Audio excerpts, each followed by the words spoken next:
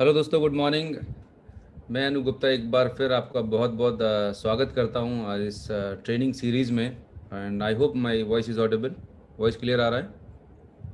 Okay. जी sir, आपका आवाज clear आ रही है, आपकी आवाज भी। फाइन।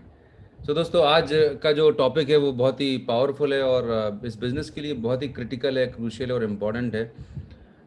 आप और हम बिज़नेस जब कर रहे होते हैं, राइट, तो हम एक धुन में होते हैं, ज्वाइनिंग करना, नेटवर्क बनाना, और राइट। और कई बार हम होते बोलते हैं आगे हम बढ़ते जा रहे हैं, पीछे का मैदान साफ होता जा रहा है। सर, हम मेहनत तो बहुत कर रहे हैं, आगे बढ़ गए हैं सर, लेकिन समझ नहीं आ रहा, ग्रोथ नहीं हो पा रही सर। लोग आते चले जाते हैं, कहाँ काम करूँ, किसके साथ काम करूँ।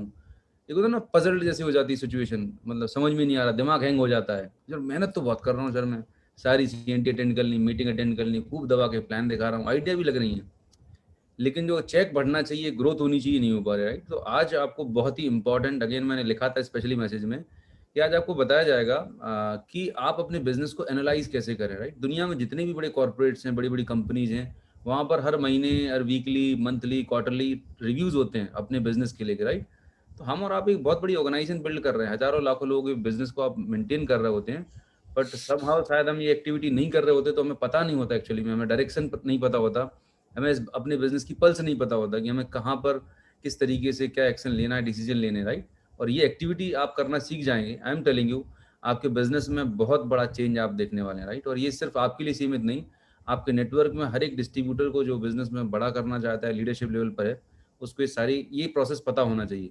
तो आज इस सब्जेक्ट पर बात करने के लिए कि आप अपने नेटवर्क को कैसे रिव्यू करें, उसको कैसे मैनेज करें, और किस तरीके से आप उससे एनालिसिस करके आप एक्शंस लें। So, with all your support and excitement, I would like to welcome Mr. Siddharth Sharma sir, Regional Training Manager, Vestige Company, and आज फिर वो आपके साथ अपने एक्सपीरियंस शेयर करने के लिए तैयार है। So, over to you, Siddharth sir. Thank you sir, so nice of you. And once again good morning everybody. आप सभी का एक बार दोबारा वेलकम करना चाहूँगा आज के सेशन में। और जैसे कि आप लोग जानते हैं कि अलग अलग सेशन अनूप जी आप लोगों के लिए ऑर्गेनाइज करते रहते हैं। सो आज का सेशन उन्होंने ऑलरेडी आपको बता दिया किस चीज़ के ऊपर हम लोग बात करने वाले हैं, और आई थिंक आपको आइडिया भी होगा what we are going to talk about.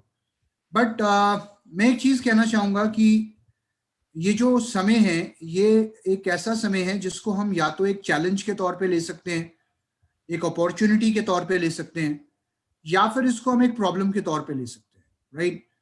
बहुत बार क्या होता है कि हमें लगता है हाय कोरोना आ गया, लॉकडाउन लग गया, अब हम क्या करेंगे, बिजनेस नहीं हो पाएगा, लोगों से मिल रहे थे पहले, मीटिंग्स कर रहे थे, सब चीजें कर रहे थे, अब कैसे करेंगे। तो एक तो ये सोच होती है, और एक सोच ये होती है कि ये जो समय है, इस समय को मुझे यूटिलाइज करना है अपने नेटवर्क के साथ और ज्यादा अपनी बॉन्डिंग को स्ट्रॉन्ग करने के लिए। क्योंकि मुझे नहीं पता ये लॉकडाउन कब तक चलेगा, या ये जो समय है, जो परिस्थितियां हैं, ये कब तक चलेंगी। लेकिन इन एनी सिचुएशन इधर यू कैन मेक यू और ब्रेक यू।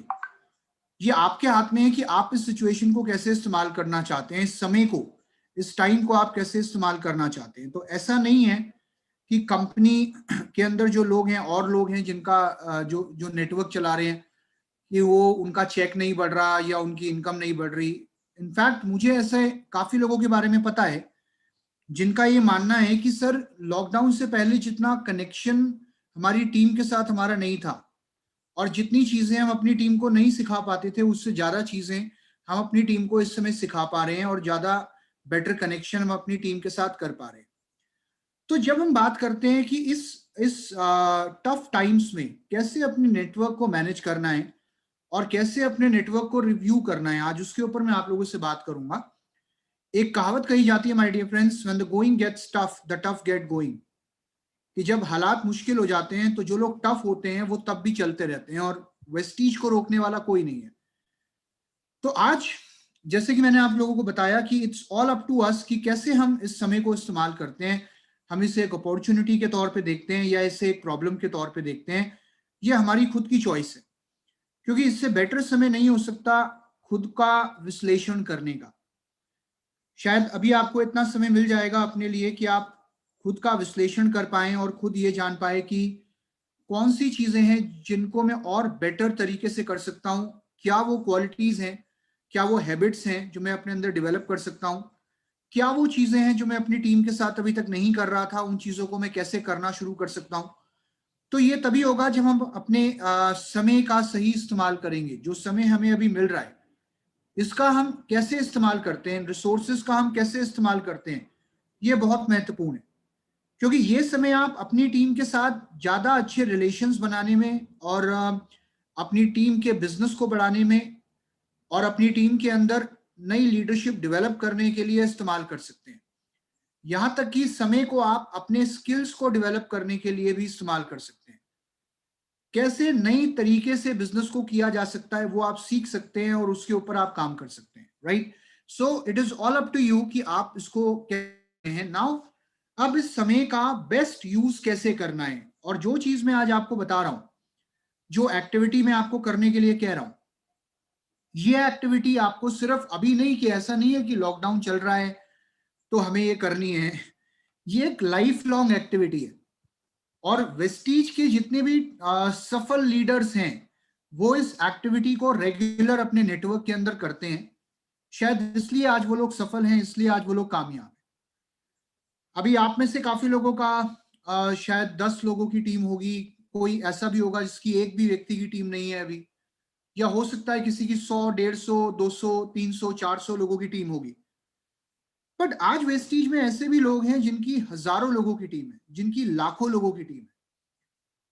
और तब भी अगर आप उनसे ये पूछेंगे कि अच्छा ये बताओ कि इस महीने तुम्हारी क्या प्लानिंग है, तो उनकी प्लानिंग उनकी टिप्स पे होती है। इस महीने के आखिरी में तुम्हारा बिजनेस कितना होगा, तो उन्हें महीने के शुरू में यह पता होता है कि महीने के आखिरी में हमने कितना बिजनेस अचीव करना है, राइट।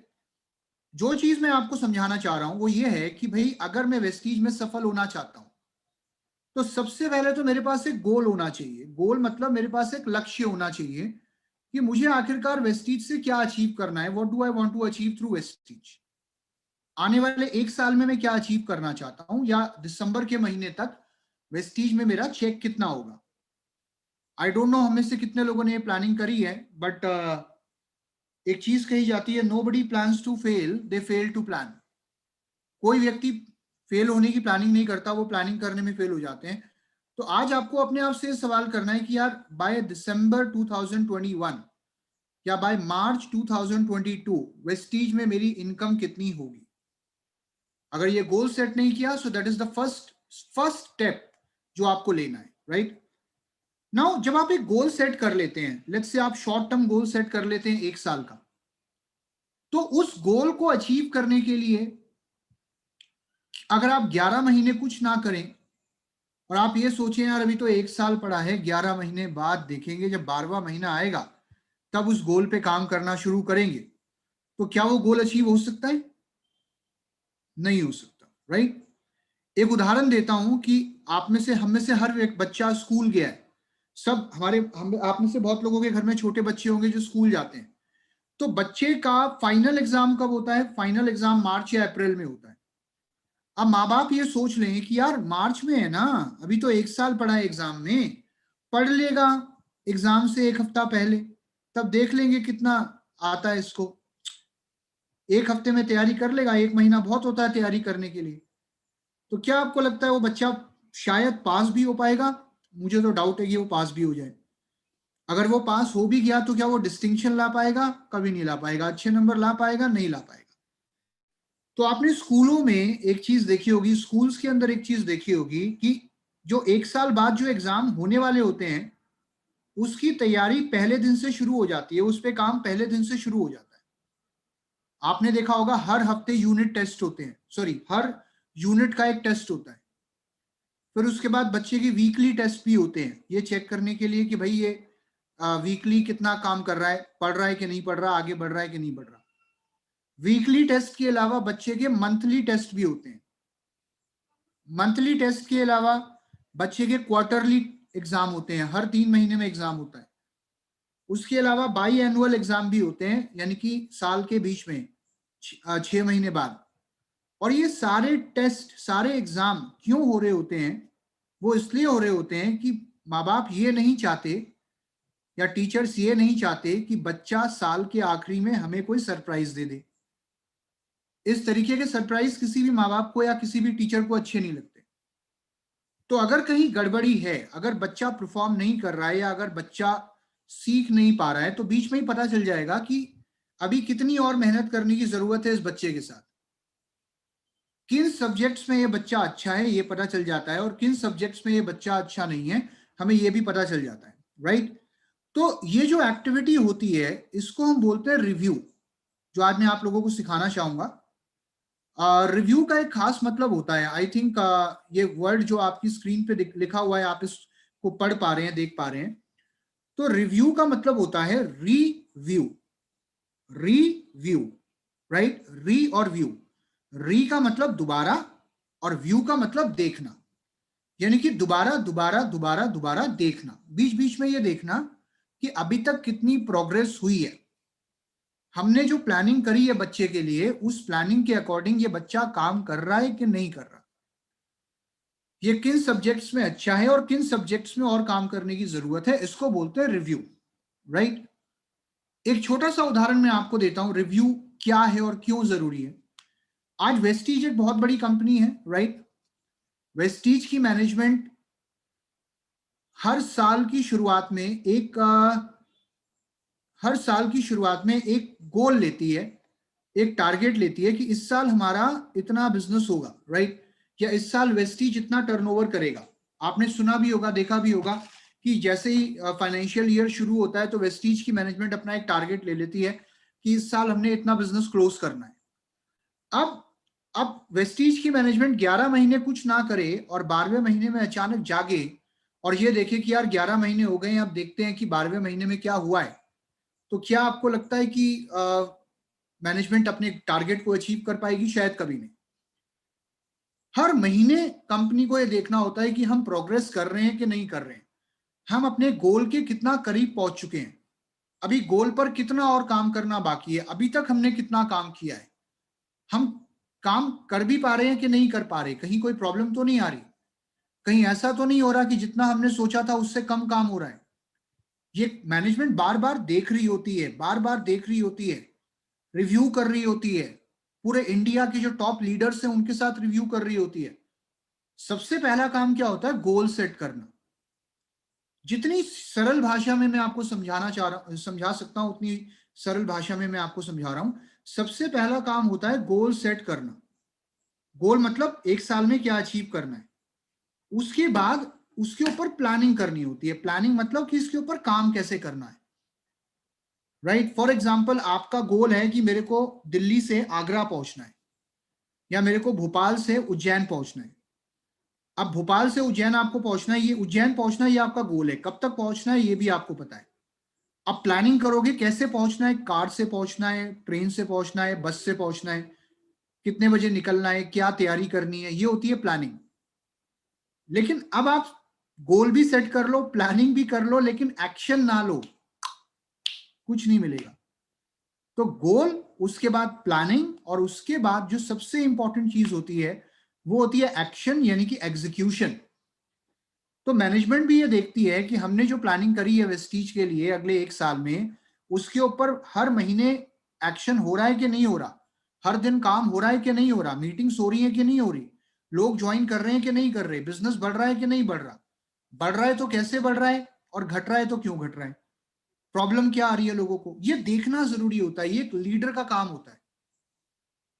अब मैं एक चीज कहना चाहूंगा कि ये वेस्टीज की मैनेजमेंट करती है, बाली सर करते हैं ये चीज, क्योंकि वो कंपनी के एमडी हैं। अगर वो कंपनी के एमडी हैं तो नेटवर्क का एमडी कौन है माय डियर फ्रेंड्स? नेटवर्क के एमडी तो आप। आज आपको अपने नेटवर्क के लिए, अपनी टीम के लिए ये प्लान करना बहुत जरूरी है, या ये लक्ष्य निर्धारित करना बहुत जरूरी है कि अगले एक साल में मुझे कितना बिजनेस करना है।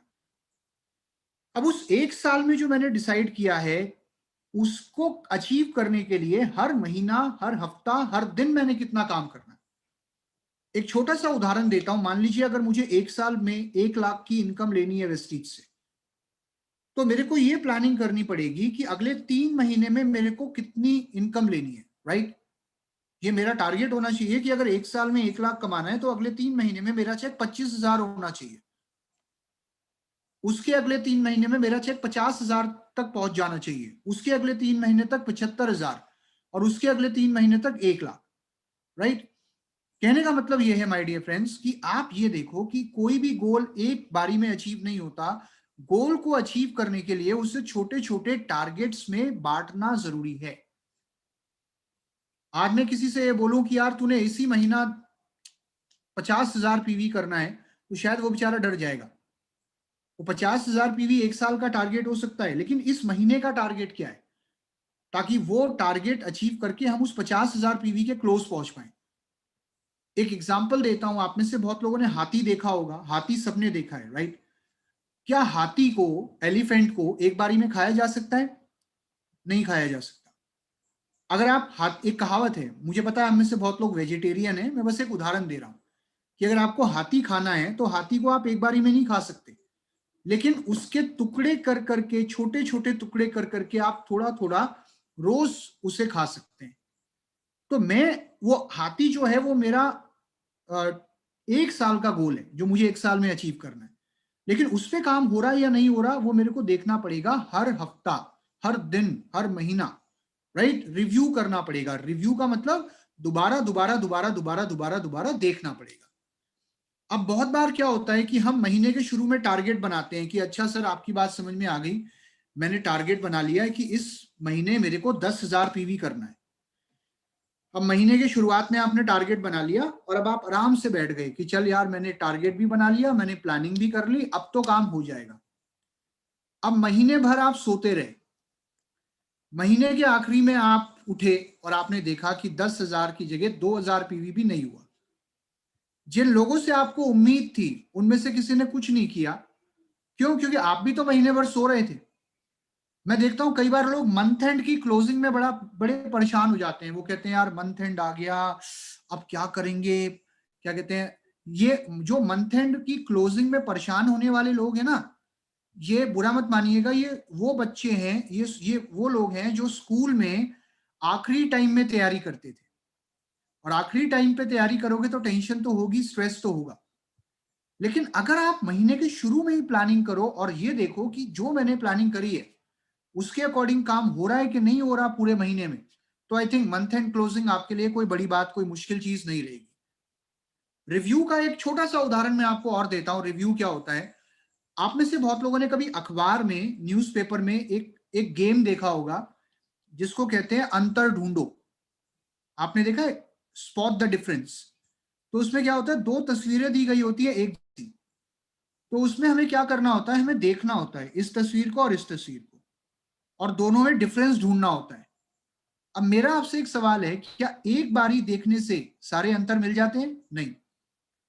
आपको क्या करना होता है, रिव्यू। री का मतलब दोबारा देखना होता है, रिव्यू का मतलब दोबारा देखना। और जितनी बार आप दोबारा दोबारा देखते हो उतनी बार उन दोनों पिक्चर्स में आपको अंतर, जो डिफरेंस है वो समझ में आ जाता है। तो यहां पे हम बात करेंगे आज रिव्यू के बारे में। और मैं आपको एक चीज कहना चाहूंगा, जैसे कि मैंने आपको पहले भी बताई थी कि no one plans to fail, they fail to plan. इस दुनिया में कोई भी व्यक्ति फेल होने की प्लानिंग नहीं करता, वो आमतौर पर प्लानिंग करने में फेल हो जाते हैं, राइट? आप, हो सकता है आप प्लानिंग करके, एक बार ही प्लानिंग करके आप एक सक्सेस अचीव कर लो। आपने मान लो इस महीने प्लानिंग करी और आपने अपना टारगेट अचीव कर लिया, लेकिन उस टारगेट को month on month, year on year अगर हम अचीव करना चाहते हैं तो एक चीज को अपने डेली शेड्यूल में डालना पड़ेगा, एक चीज को अपने वीकली शेड्यूल में डालना पड़ेगा, अपनी आदत में डालना पड़ेगा, वो है रिव्यू करना। तो जब आप दोबारा दोबारा दोबारा रिव्यू करते हैं तो आपको कांस्टेंट सक्सेस मिलती रहती है। रिव्यू का पर्पस क्या होता है, जैसे कि मैंने आपको बताया कि रिव्यू का पर्पस है ये जानना कि रिजल्ट आ भी रहे हैं कि नहीं आ रहे। कुछ लोग होते हैं जो महीने के शुरू में बड़ी बड़ी बातें करते हैं, कहते हैं सर आप देखना इस महीने में आग लगा दूंगा। पता चलता महीना निकल गया, महीने के साथ वो व्यक्ति भी निकल गया टीम से, क्योंकि हमने पूरे महीने तो चेक करा नहीं, महीने के आखिरी में हम जाग रहे हैं। महीने के आखिरी में आप कुछ नहीं कर सकते। मंथ एंड की क्लोजिंग में मैं आपको बता रहा हूं, अगर आप ये सोच के बैठे हो कि जब मंथ एंड आएगा तब मैं काम करना शुरू करूंगा, तो मंथ एंड में काम नहीं होता कभी। काम मंथ के शुरू से ही करना होता है आपको। मंथ एंड क्लोजिंग में तो बची कुची कसर पूरी की जाती है। मंथ एंड में आप रिव्यू नहीं कर सकते। मंथ एंड में आप उस मंथ का पोस्टमार्टम कर सकते हो कि मंथ खत्म हो गया तो मंथ का पोस्टमार्टम करते हैं।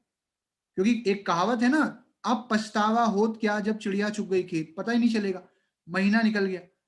तो आपके रिजल्ट आ भी रहे हैं या नहीं आ रहे, प्रोग्रेस हो रही है या नहीं हो रही, कहीं कोई डिविएशन तो नहीं है, डिविएशन का मतलब कोई अंतर तो नहीं है, जो प्लानिंग मैंने करी है उस प्लानिंग में और जो मेरी टीम में काम हो रहा है उसमें क्या अंतर है और कितना अंतर है, ये मुझे तब पता चलता है जब मैं रिव्यू करता हूँ, राइट।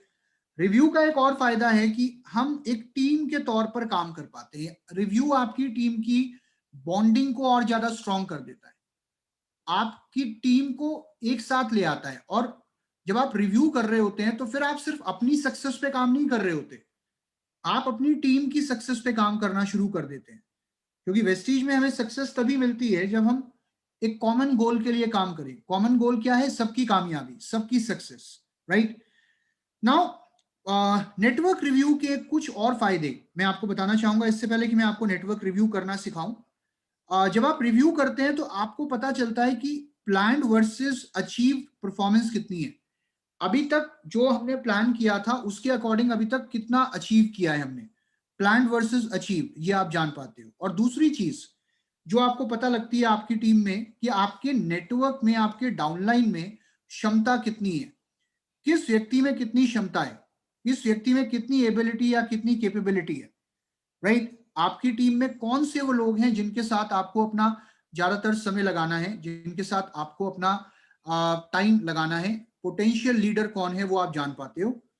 एक और चीज जो मैं आपको बताना चाहूंगा, आपकी टीम में क्राइसिस मैनेज कर पाते हो। जब आप रिव्यू करते हैं तो जो चीजें घटित होने वाली हैं उन पे आपका कुछ हद तक कंट्रोल रहता है और उन चीजों को आप कंट्रोल कर पाते हो जब आप टाइमली रिव्यू करते हो, राइट।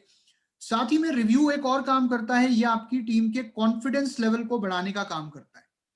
कॉन्फिडेंस लेवल बढ़ता है आपकी टीम का, ये कैसे होता है ये सब वो मैं अब आपको बताऊंगा। और जितने भी पॉइंट्स अभी तक मैंने आपको बताए हैं ना, जब ये मैं आपको प्रैक्टिकली करके दिखाऊंगा तो आपको समझ में आ जाएगा।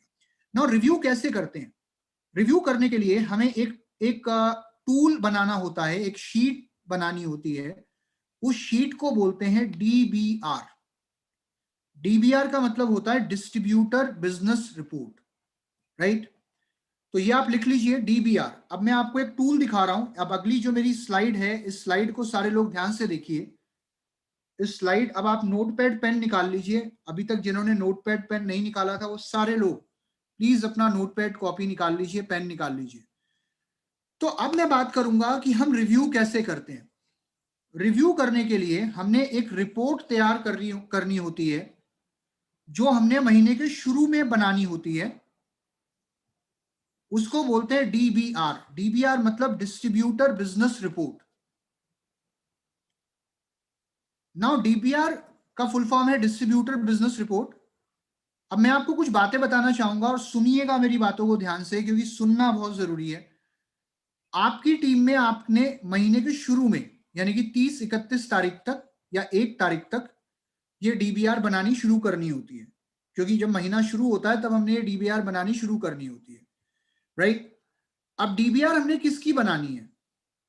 डीबीआर हमने सबकी नहीं बनानी। अगर मेरी टीम में 100 लोग हैं तो मैं 100 लोगों की डीबीआर नहीं बना सकता, लेकिन मेरी टीम में कुछ ऐसे लोग होंगे जिनके ऊपर मुझे भरोसा होगा या जिनसे मुझे बिजनेस एक्सपेक्टेड होगा या जिनको मैं अपनी टीम का मेन मुख्य लीडर मानता हूंगा, तो उन लोगों की आपको डीबीआर बनानी है, राइट।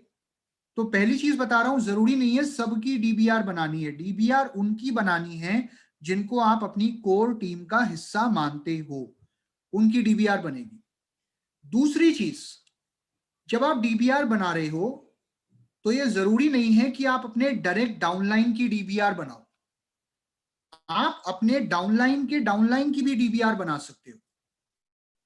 मतलब यह है कि कई बार होता है कि जो व्यक्ति मेरे फ्रंट लाइन में जुड़ा हुआ है, अगर उसके अंदर इतना पोटेंशियल नहीं है या अगर वो काम नहीं करना चाह रहा या काम नहीं करता, लेकिन उसकी टीम में कोई व्यक्ति है जिसके अंदर पोटेंशियल है, बर्निंग डिजायर है, तो मैं उस व्यक्ति की भी डीबीआर बना सकता हूँ, राइट। तो डीबीआर किसी की भी बना सकते हो, लेकिन वो लोग जिनके अंदर पोटेंशियल है। अगर आप ब्रॉन्ज डायरेक्टर हो तो आपकी टीम के अंदर जो 5 से लेकर 10% वाले लोग हैं, सॉरी जो 8 से लेकर 11% वाले लोग हैं उनकी आपने डीबीआर बनानी है। अगर आप सिल्वर डायरेक्टर हो तो आपके नीचे जो ब्रॉन्ज हैं 11% पे हैं जो लोग, 10% पे हैं, 8% पे हैं, उनकी डीबीआर बनानी है। अगर आप खुद 11% पे हो तो आपके नीचे जो 5, 8, 10% पे लोग हैं उनमें किन लोगों में पोटेंशियल है उनकी डीबीआर बनानी है। क्योंकि मैं एक चीज हमेशा कहता हूं कि हम क्वांटिटी पे ना जाकर अगर क्वालिटी पे खेलें, क्वालिटी पे काम करें, तो आई थिंक हम ट्रमेंडस रिजल्ट अचीव कर सकते हैं, राइट। तो सबसे पहले तो मुझे महीने की शुरुआत में ये डिसीजन लेना है कि मैंने डीबीआर किसकी बनानी है। अब जब मैंने ये डिसीजन ले लिया तो मान लीजिए अब महीना शुरू हो चुका है, मई का महीना शुरू हो चुका है।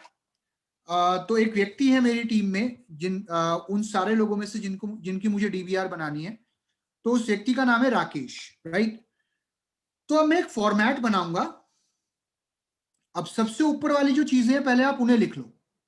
सबसे पहले मैं लिखूंगा नाम जिसकी मैं डीबीआर बनाने वाला हूं।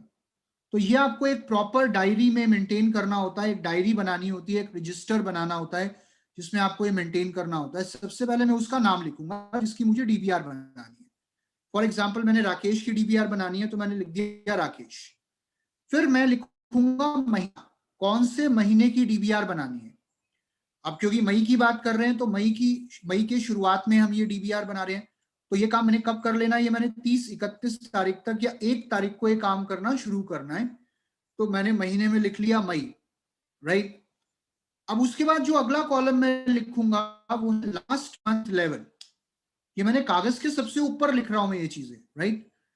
कि राकेश का पिछले महीने लेवल क्या था वो लिखते हैं।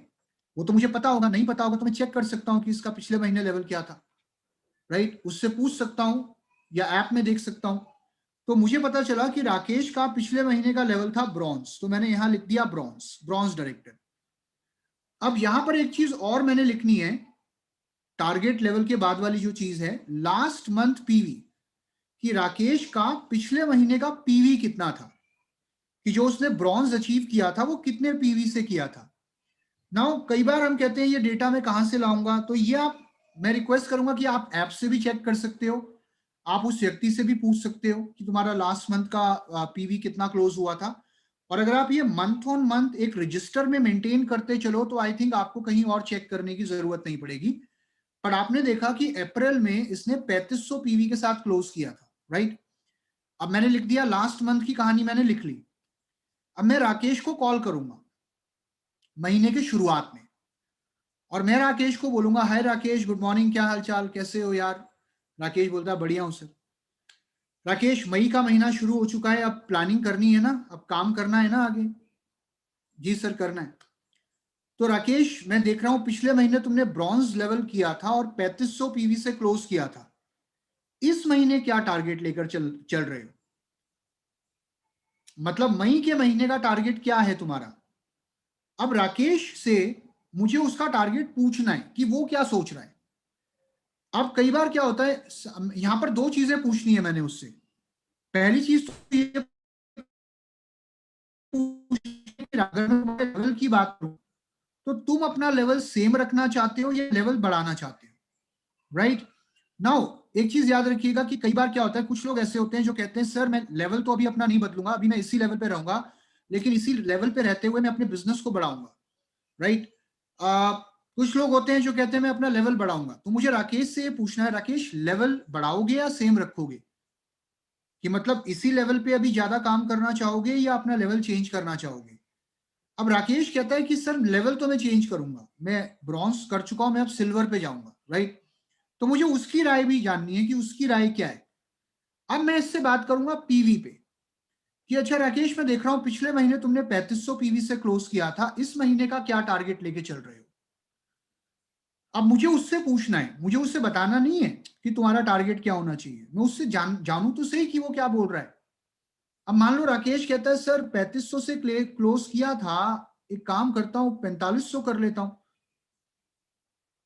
अब यहां पर मेरे को एक काम करना पड़ेगा, क्योंकि मैं अपलाइन हूं, तो अपलाइन को ना कभी कभी थोड़ा सा डाउनलाइन को पुश करना पड़ता है। पुश करने का मतलब कि डाउनलाइन को थोड़ा सा उसके टारगेट को स्ट्रेच करने के लिए प्रेरित करना होता है।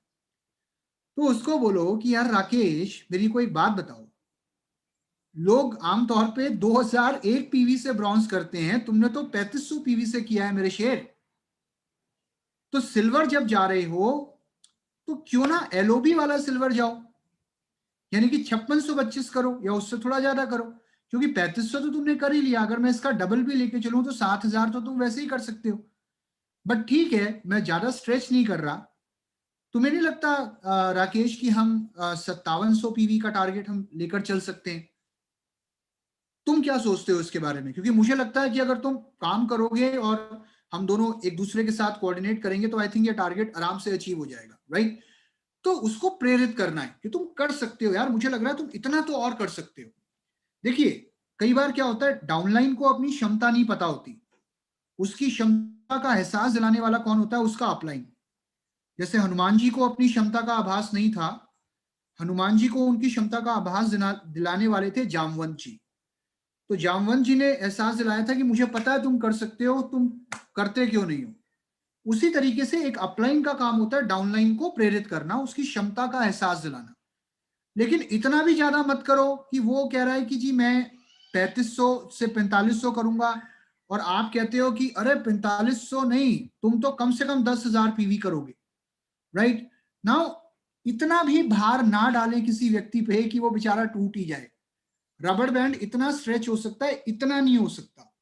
इतना कर दोगे तो रबड़ बैंड टूट जाएगा, चोट सामने वाले को लगे ना लगे, आपको जरूर लगती है, राइट? सो टारगेट होना चाहिए एक ऐसा जो अचीवेबल हो, रियलिस्टिक हो। ना अब हमने टारगेट ले लिया 5700 पीवी का, ये बात महीने के शुरू में हो गई। अब नीचे वाले कॉलम अगर आप ध्यान से देखें तो मैंने कुछ कॉलम नीचे बनाए हुए हैं। ये कॉलम भी आप लोग साथ में बनाते चलें, जिसमें सबसे पहला कॉलम है डेट का। डेट में आप जो डेट्स डालेंगे वो मैंने देखो वीकली यहां मैंने डेट्स डाली हुई है, आप लोग देख सकते हैं। क्योंकि कई बार लोग पूछते हैं सर रिव्यू कब करना चाहिए, तो आइडियली जो रिव्यू करना चाहिए वो आपको वीकली रिव्यू करना चाहिए, यानी कि हफ्ते में एक बार। कुछ लोग कहते हैं सर रोज कॉल करूं ना डाउनलाइन को, रोज कॉल क्यों ना करूं? तो किसी को रोज कॉल करना आई थिंक मेरे हिसाब से तो सही नहीं है, क्योंकि वो माइक्रो मैनेजमेंट हो जाती है, सामने वाला परेशान हो जाता है, वो कहता है यार अपलाइन तो रोज कॉल कर रहा है, रोज पूछ रहा है कितना काम हुआ। तो उतना माइक्रो मैनेज नहीं करना, हफ्ते में एक बार आप आराम से रिव्यू कर सकते हैं, वो उसके लिए भी कंफर्टेबल रहेगा, आपके लिए भी कंफर्टेबल रहेगा। तो यहाँ जो हमने डेट्स लिखनी है रिव्यू की, आइडियली आप कोई भी डेट ले सकते हो अपने अकॉर्डिंग, लेकिन जो डेट मैं आपको सजेस्ट कर रहा हूं वो होती है 7, 14, 21, 28। जैसे आज आज क्या हो गई, 5 तारीख हो गई, तो अब आप पहला रिव्यू 8 या 9 तारीख में कर सकते हैं, क्योंकि आज ये मॉड्यूल मैं आपके लिए कर रहा हूं। इससे पहले करा होता तो शायद आप 7 तारीख तक रिव्यू करते हैं, बट कोई बात नहीं। बट आइडियली 7, 14, 21, 28 हफ्ते में एक बार। 7 तारीख को क्यों? अभी सुनना, अभी पहले आप मेरी बात समझो जो मैं बता रहा हूं। 7 तारीख को क्यों? क्योंकि एक हफ्ता पूरा हो चुका होता है, तो एक हफ्ते की प्रोग्रेस अभी तक की आप जानते हो यहाँ पे। और चैंपियंस डे हो चुका होता है, तो 7 तारीख को जब आप बात करते हो तो आप ये देखते हो कि अभी तक कितना काम हुआ। 7 तारीख को आप बात करते हो तो आप ये भी जानते हो कि 12 तारीख की क्या प्लानिंग है टीम में, 12 तारीख को लेकर क्या प्लान है डाउनलाइन का, क्योंकि कंसिस्टेंसी है 12 तारीख को, राइट? फिर जब आप 14 को बात करते हो तो 14 को आप ये जान पाते हो कि कंसिस्टेंसी का कितना फायदा उठाया गया है टीम में, और आने वाले 3 दिन बाद जो रीपर्चेस क्लोजिंग होनी है उसकी तैयारी कैसे करनी है, राइट? फिर 14 के बाद हमें बात करनी चाहिए 21 को। 21 को जब हम बात करते हैं तो ये देखते हैं कि रीपर्चेस क्लोजिंग कैसी हुई टीम में, और 21 से लेकर 25 के बीच तक जो स्कीम्स आनी है उनका बेनिफिट टीम में कैसे उठाना है, राइट? 21 के बाद जो अगली डेट होती है वो होती है 28 तारीख। 28 तारीख को क्यों बात करनी है? क्योंकि 28 तारीख को आप ये देख पाते हो कि अभी तक कितना काम हुआ, और अगर कुछ कमी पेशी रह गई तो अगले 2 से 3 दिन जो महीने के अभी भी बाकी हैं, जो मंथ एंड क्लोजिंग में अभी भी 2-4 दिन बाकी है, उनमें आप उस टारगेट को अचीव कर पाओ उस डाउनलाइन के साथ मिलकर। इसलिए यहां पर हम 4 डेट्स लेकर चलते हैं, 7, 14, 21, 28। अब यहां पर मैं आपको कुछ और कॉलम्स दिखाना चाहूंगा, वो कॉलम्स में चाहूंगा आप लोग भी लिख बना लो। डेट के बाद वाला जो कॉलम है वो है लास्ट मंथ पीवी।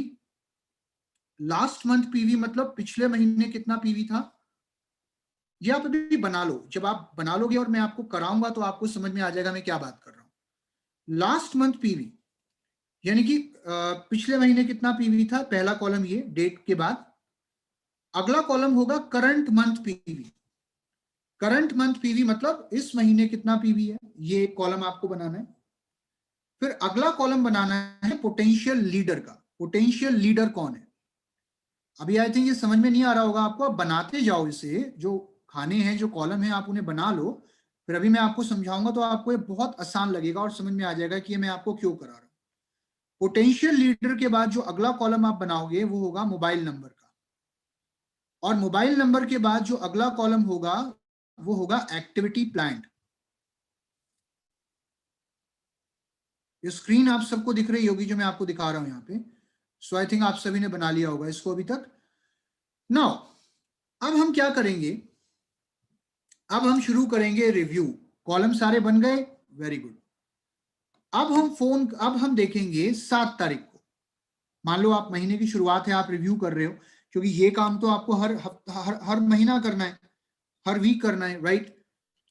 तो 7 तारीख को आपने ये देखा कि यार राकेश ने पिछले महीने की 7 तारीख तक कितना पीवी हुआ था।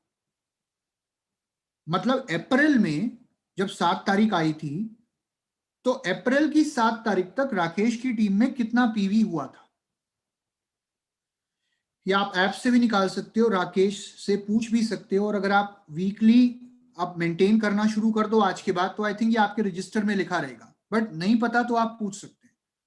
तो हमने ये देखना है कि पिछले महीने की 7 तारीख तक कितना पीवी था। पिछले महीने की 7 तारीख तक आपने देखा राकेश की टीम में 1100 पीवी था, राइट।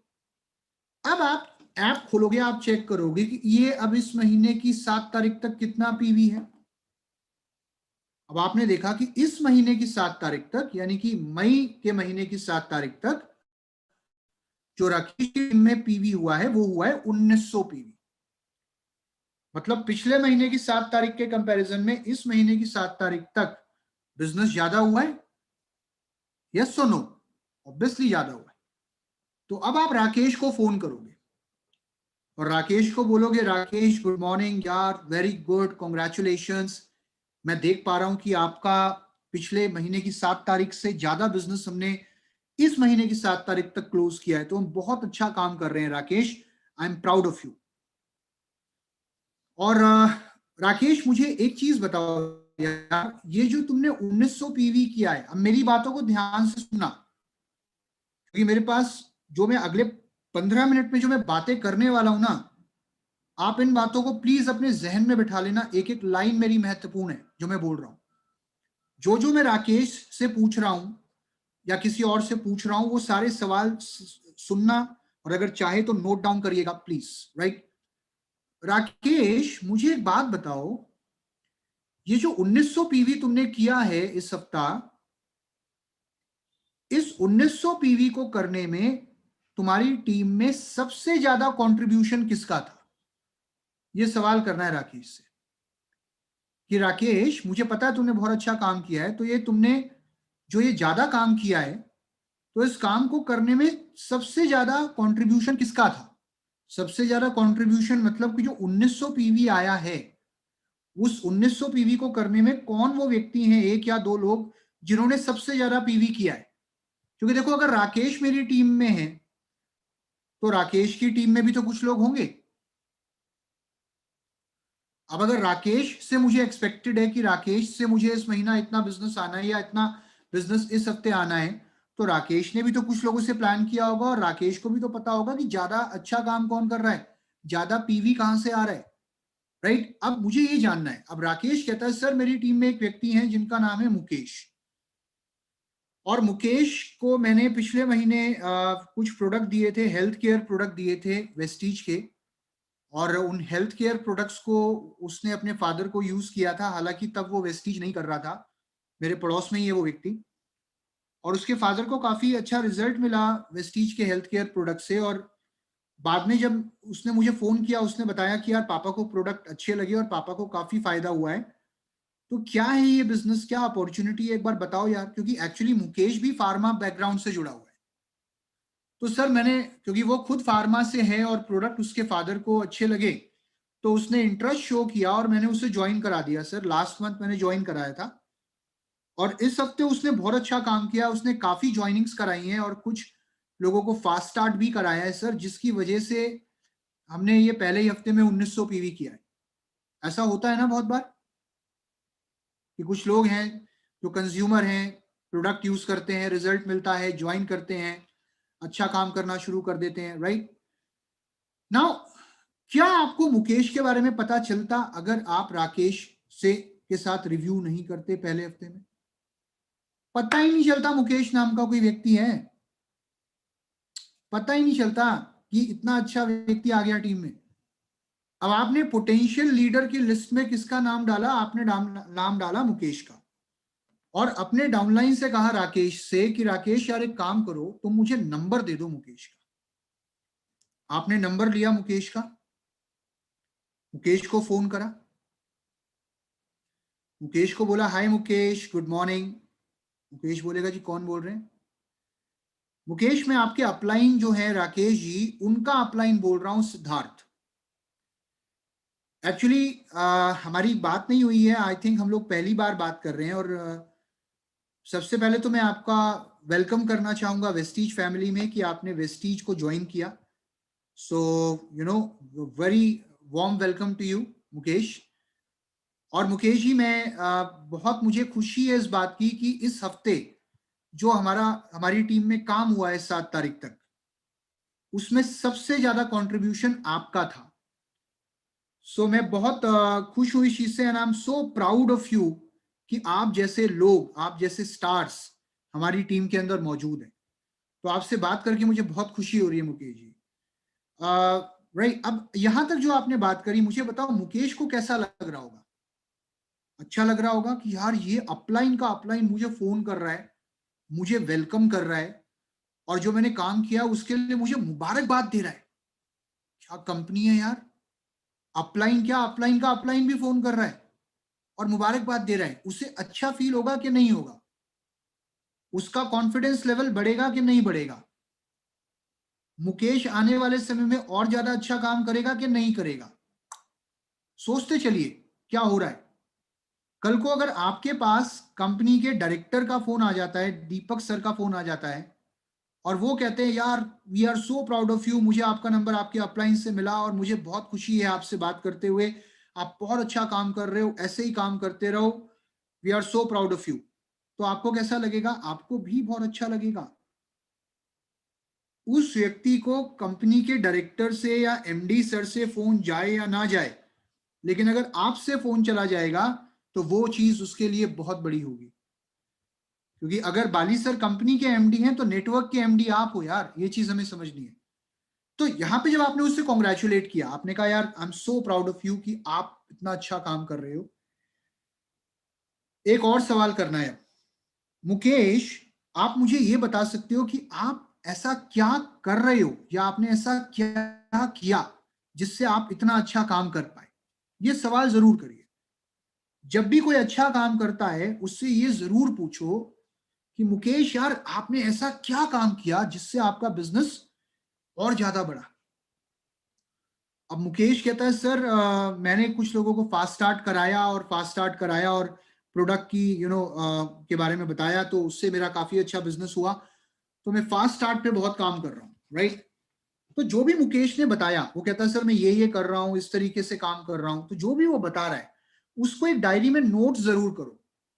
जब भी टीम में किसी व्यक्ति के कुछ करने से बिजनेस बढ़ता है तो उसे मुबारकबाद देने के साथ साथ एक चीज जरूर पूछो उससे कि यार तुमने ऐसा क्या किया जिससे बिजनेस बढ़ रहा है, और उस चीज को नोट डाउन कर लो। क्योंकि अगर आप उस चीज को नोट डाउन कर लोगे तो वही चीज अगर बाकी टीम्स में नहीं हो रही होंगी, आपकी बाकी जो आपकी और टीम्स है अगर उनमें वो चीज नहीं हो रही है, तो उस चीज को बाकी टीम्स में भी आप शुरू करा सकते हो। क्योंकि अगर किसी एक काम को करने से मुकेश का बिजनेस बढ़ सकता है तो उस काम को करने से बाकी लोगों का बिजनेस भी तो बढ़ सकता है, राइट। अब एक सवाल आपने और करना है मुकेश से इससे पहले कि आप फोन रखो। अच्छा मुकेश मुझे ये बताओ, आप बहुत अच्छा काम कर रहे हो, मुझे बहुत अच्छा लगा आपसे बात करके। मुकेश कोई सपोर्ट चाहिए आपको मेरी तरफ से या राकेश और मेरी तरफ से, जिससे आपको लगता है कि आप का बिजनेस और बढ़ पाए। अब मुकेश कहता है सर सपोर्ट तो ऐसा कुछ नहीं, नहीं एनी काइंड ऑफ सपोर्ट, कोई ट्रेनिंग या व्हाटएवर जो भी आपको चाहिए हो, या कोई मीटिंग या कोई और जानकारी, राइट। अब अगर आप कहोगे तो ऑब्वियसली सामने वाला बताएगा। देखिए माँ भी दूध तब तक नहीं पिलाती जब तक बच्चा रोता नहीं है, लेकिन यहाँ हमने बच्चे के रोने का इंतजार नहीं करना, यहाँ पे हमने प्रोएक्टिवली उससे पूछना है कि तुम्हें क्या सपोर्ट चाहिए। अब मान लीजिए वो कहता है सर मेरी टीम में ज्यादातर लोग जो है वो फार्मा के ही लोग हैं, क्योंकि मैं खुद फार्मा बैकग्राउंड से हूँ। काम तो हम लोग कर रहे हैं, लेकिन क्या है ना, अभी हमें हेल्थ केयर प्रोडक्ट की इतनी जानकारी नहीं है। आपके जो प्रोडक्ट्स हैं कंपनी के हमारे, उसके बारे में मुझे ज्यादा डिटेल में नहीं पता। तो अगर एक 2 घंटे का 2.5 घंटे का एक हेल्थ केयर सेशन मेरी टीम के लिए हो जाए तो आई थिंक मैं और अच्छा काम कर पाऊंगा, राइट। उसने बता दिया उससे क्या चाहिए। वो कुछ भी बोल सकता था, वो ये भी बोल सकता था कि एक वीआईपी चाहिए, या वो ये भी बोल सकता था कि मार्केटिंग प्लान की ट्रेनिंग चाहिए, वो ये भी बोल सकता था कि मेरे को एग्रीकल्चर प्रोडक्ट के ऊपर नॉलेज चाहिए, या वो ये भी कह सकता था कि मेरे कुछ डाउट्स हैं जिनको मैं क्लियर करना चाहता हूं, मैं चाहता हूं कि आप प्लीज मुझे आधा घंटा दो अपना, ताकि उन डाउट्स को मैं क्लियर कर पाऊं।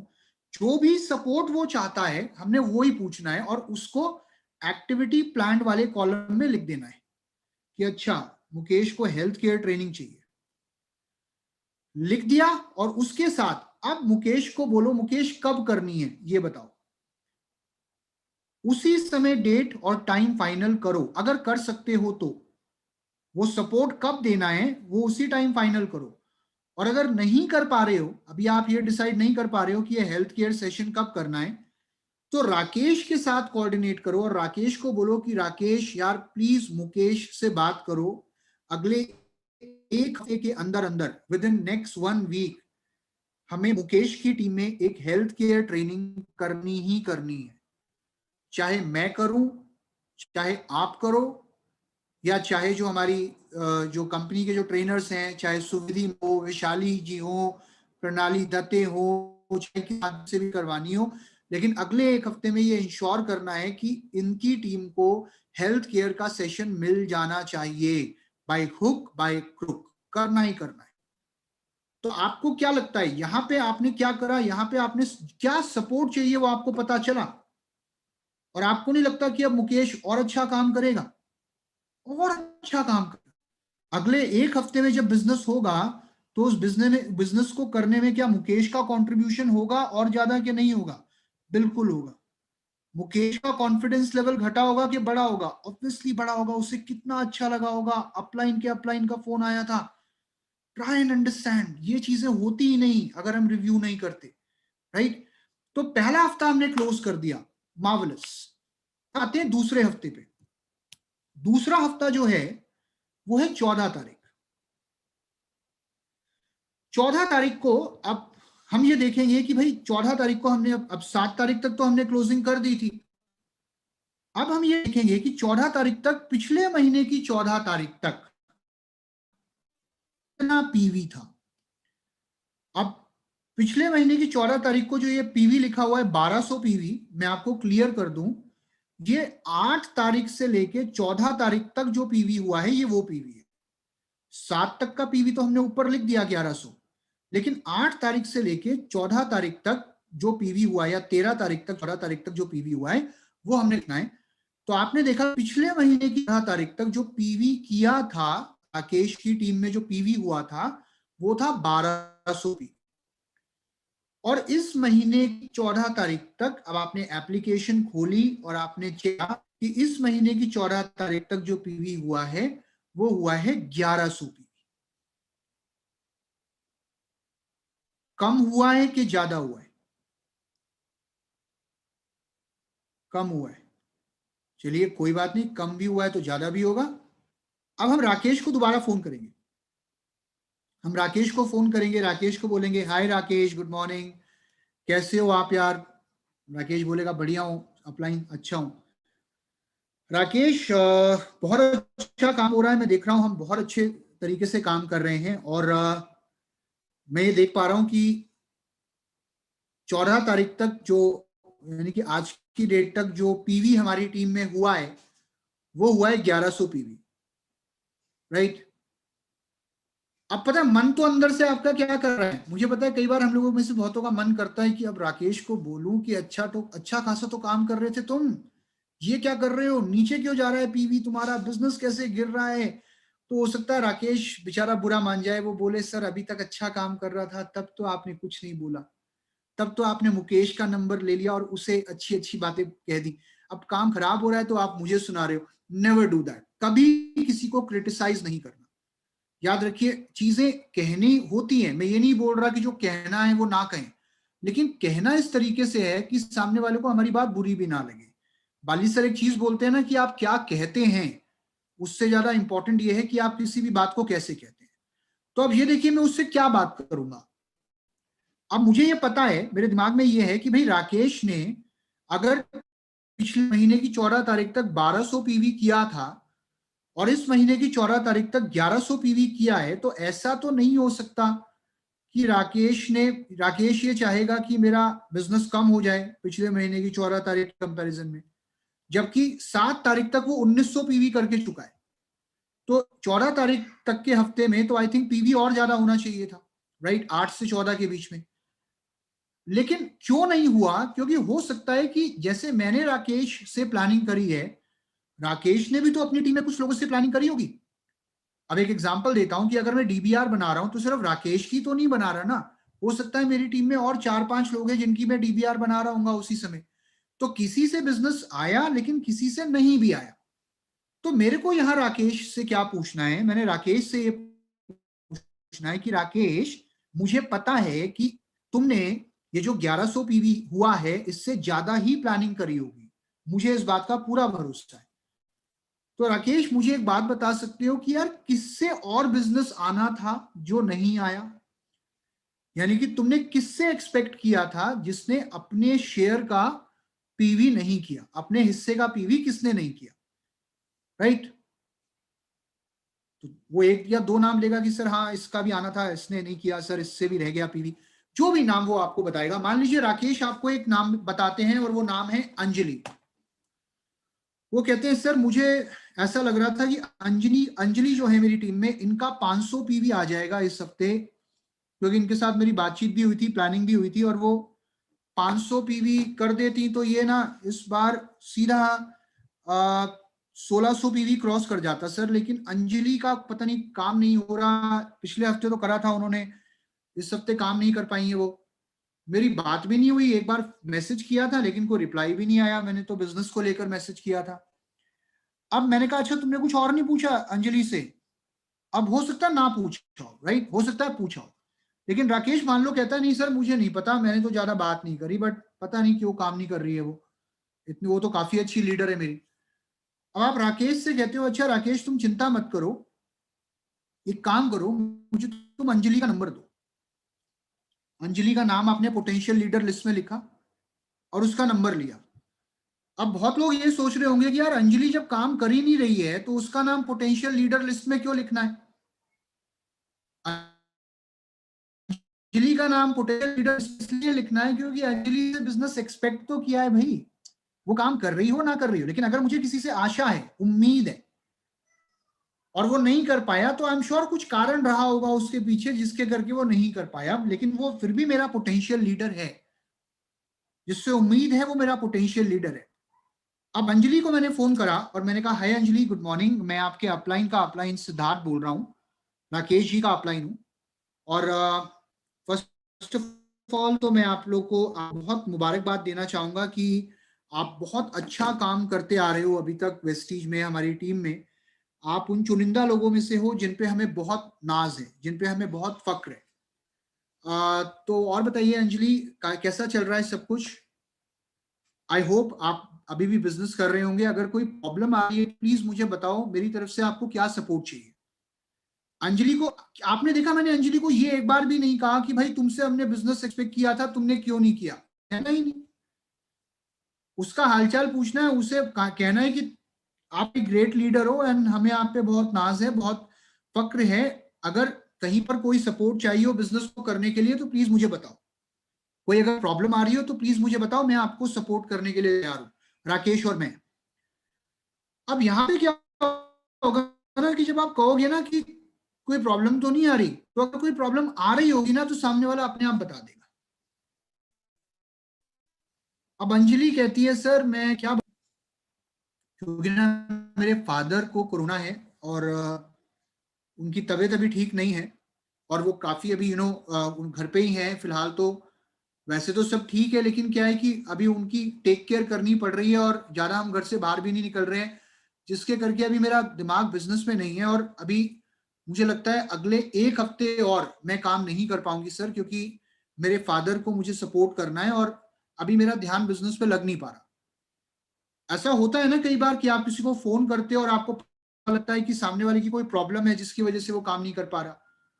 किसी के घर में शादी आ गई, किसी के बच्चों के एग्जाम आ गए, या हो सकता है सिंपली सामने वाला भी काम करना ही नहीं चाह रहा, हो सकता है वो डिमोटिवेट होकर ही बैठा हो, वो कह रहा है मेरा वाउचर नहीं आया मैं इसलिए काम नहीं करूंगा, ये भी हो सकता है। लेकिन कोई भी चीज मुझे पता कब चलेगी, या किसी भी चीज पे मैं सोल्यूशन कब दे पाऊंगा, जब मैं रिव्यू करूंगा। अब अंजलि ने कहा कि सर फादर को कोरोना है, मेरा ध्यान बिजनेस में नहीं है, मैं एक हफ्ता और काम नहीं कर पाऊंगी। तो क्या ये मुझे पता चलता अगर मैं रिव्यू नहीं करता? शायद कभी पता नहीं चलता। अब मैं अंजलि को बोलूंगा, अंजलि आप प्लीज अपने फादर का ध्यान रखो, प्लीज अपनी फैमिली का ध्यान रखो। मेरी तरफ से, राकेश की तरफ से कोई भी सपोर्ट चाहिए हो तो प्लीज मुझे बताओ। और मुझे पता है कि आप अभी फैमिली के साथ हो, लेकिन मैं ये चाहता हूं कि आप अपनी फैमिली को भी ध्यान दो। और इस समय जिस समय आपके लिए आपकी फैमिली सबसे ज्यादा जरूरी है, आपकी फैमिली को आपकी सबसे ज्यादा जरूरत है, आप प्लीज अभी अपने बिजनेस की चिंता मत करो, क्योंकि वो चिंता करने के लिए मैं और राकेश हैं। आप अगले एक हफ्ते और काम नहीं कर पाओगे, कोई बात नहीं, आप मत करो, आप प्लीज अभी अपनी फैमिली पे ध्यान दो। मुझे बस ये बताओ कि अगले एक हफ्ते में अगर आपने अपनी टीम के लिए कुछ प्लानिंग कर रखी है तो वो क्या है, ताकि उसके ऊपर मैं और राकेश मिलकर काम कर लें। या अगर आपकी टीम के कोई भी एक या दो लोग हैं जो मेन लोग हैं, जो आपके मेन मेन नेटवर्क है आपका, जो मेन लीडर हैं आपके, प्लीज आप उनका नंबर मेरे साथ एक बार शेयर कर लो। मैं एक मीटिंग कर लूंगा उन लोगों के साथ, ताकि उनके साथ अगले एक हफ्ते में मिलकर हम काम कर पाए, कि आप अपनी फैमिली का भी ध्यान करो और आपको टेंशन लेने की जरूरत नहीं है। आपकी टीम के साथ अगले एक हफ्ते मैं और राकेश मिलकर काम करेंगे, ताकि आपका बिजनेस भी हैम्पर ना करे। So please don't worry, take care, father का ध्यान रखो, कोई भी सपोर्ट चाहिए हो बताना। और प्लीज अपने डाउनलाइन का नंबर दो, या जो भी काम आपका अधूरा रह गया है टीम में वो मुझे बताओ, मैं और राकेश मिलकर करेंगे। अब वो अगर नहीं भी बताती है तो राकेश को बोलो, राकेश नहीं, अंजलि की टीम में जो टीम है एक बार उनसे कोऑर्डिनेट करो, उनके साथ एक मीटिंग करते हैं हम, तुम और मैं, ताकि अगले एक हफ्ते हम ये इंश्योर करें कि अंजलि का जो पीवी है वो अचीव हो जाए। आपको क्या लगता है, इससे आपका पीवी तो अचीव होगा ही होगा, लेकिन अंजलि को कैसा लगेगा? How will she feel? Obviously बहुत अच्छा, राइट? तो माय डियर फ्रेंड्स, अभी ना जी Anup sir, I am sorry, ये मॉड्यूल बहुत लंबा है and we had just got 1 hour। आई वाज नॉट एक्सपेक्टिंग कि मैं एक घंटे में उसको कवर नहीं कर पाऊंगा, लेकिन अभी मैंने दो सिचुएशंस बताई हैं। एक सिचुएशन जिसमें बिजनेस बढ़ता है तो क्या करना है, एक सिचुएशन जिसमें बिजनेस घटता है तो क्या करना है। जब हम कल ये सेशन करेंगे तो पहले हम कल का जो हमारी ट्रेनिंग होगी उसमें पहले हम डीबीआर खत्म करेंगे, राइट? उसके बाद जो बचा हुआ जो आगे का पार्ट हमने करना है, जो कल का पार्ट है, उससे हम कल करेंगे। सो आई थिंक अभी तक आपने जितनी डीबीआर बनाई है वो आप लोगों को समझ में आई होगी। प्लीज उसे पढ़ना, समझना, एनालाइज करना, प्रैक्टिस करना, और आज ही से थोड़ा बहुत जितना भी आप रिव्यू कर पा रहे हो, क्योंकि मुझे लगता है आधा तो समझ में आ गया होगा, आधे से थोड़ा ज्यादा समझ में आ गया होगा। तो ये होता है रिव्यू। बचा हुआ जो रिव्यू है, जो अगले 2 हफ्ते हैं उनके ऊपर कैसे काम करना है वो मैं आपको आगे बताऊंगा। तो रिव्यू में बस यही होता है कि काम अगर बढ़ रहा है तो कैसे बढ़ रहा है ये जानना है, सामने वाले को क्या सपोर्ट चाहिए ये जानना है, और अगर काम कम हो रहा है तो क्यों कम हो रहा है उसके ऊपर काम करना है। लेकिन अगर आप टाइमली काम कर लोगे, समय से काम कर लोगे, तो शायद मंथ एंड में आपको कोई सरप्राइज नहीं मिलेगा। So that was all from my side Anoop sir, because I have got a meeting just now, I have to start. Can we do it tomorrow? Yes yes Siddharth sir, बहुत ही जबरदस्त session रहा आज का। और मतलब इट्स अल्टीमेट, मतलब आप जब भी कोई भी थैंक यू। टॉपिक कवर करते हैं बहुत बारीकी से, बहुत स्टेप बाय स्टेप, ये आपका जो स्टाइल है मतलब रियली जबरदस्त है sir. Thank you so much for thank you. Sparing, giving this thank you. Wonderful training. Thank you कल वेरी सर मच। 11 बजे का टाइम, 11 ओ हाँ क्लॉक, ठीक है। Done done done. कल 11 ओके। बजे फिर हम मुलाकात करेंगे। आप सबको लिंक मिल जाएगी, बनी रहिएगा। आज का उत्साह, 1000 से प्लस लोग थे, यूट्यूब पे भी थे, और ऐसा ही उत्साह बना के रखिएगा। लर्निंग के ऊपर हम बहुत अच्छा करने वाले हैं। So thank you so much, God bless you all, bye bye.